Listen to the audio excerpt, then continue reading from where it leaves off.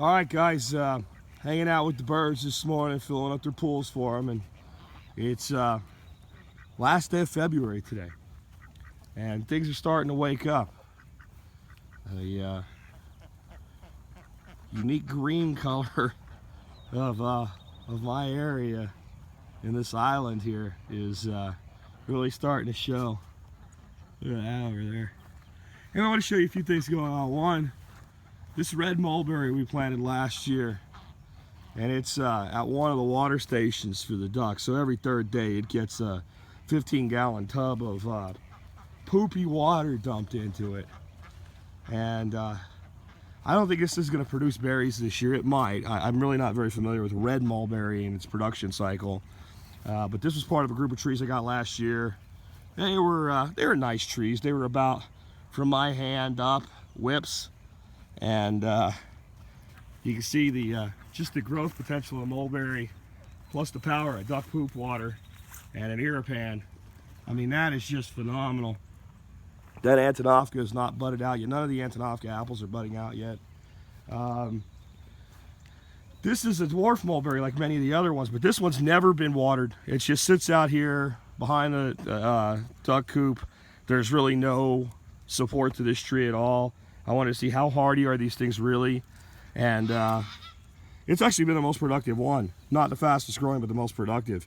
And this year, my word, there's I don't know, that branch over will probably make a gallon of mead. It's good to see this early stuff coming on here. Then here's I can find it now. Something that would not excite many people, but it's exciting to me, and I can't find it. There it is. Some of you won't get it. Some of you will. That is a dandelion. I moved to this property a bit over 3 years ago, and I noticed there were no dandelions on it, which didn't make sense to me because they grow anywhere, and this was clearly a property that wasn't managed as a a true green chemlawn type environment. When I did a soil test on the pH and saw the alkalinity, I understood why. And I thought, what have I gotten myself into? Got a property that won't even grow dandelions. Well, they're a little scrubby, but they're growing now. They're growing all over the place. And that's another corner turned in our journey right there. Our narrow leaf plantain is also caught on. This wasn't something that wouldn't grow, but it certainly didn't grow like it's growing now. And I've got that all over the property. That's an incredibly valuable forage herb for the birds.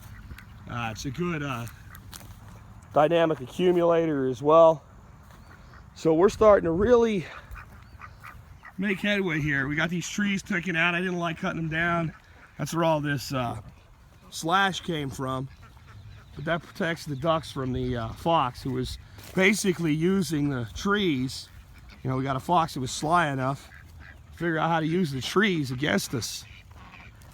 And he was using them as a way to circumvent the hot wire.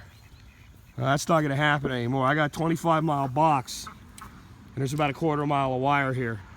And so unfortunately my dog, Lucy, touched it one day before I shut it off. And boy, the way she reacted to it, I know we're getting what we want. Look at, guys. This is, I mean, I know to you guys this is just weeds and grass, but this is one of the most infernal places I've ever, tried to do anything in my life. This is way more difficult soil-wise than my place in Arkansas was, even though that had a lot less workable land. And to see things like this, to see this black jewel mulberry in its second year, not budded out yet, but look at the size of that tree in 2 years.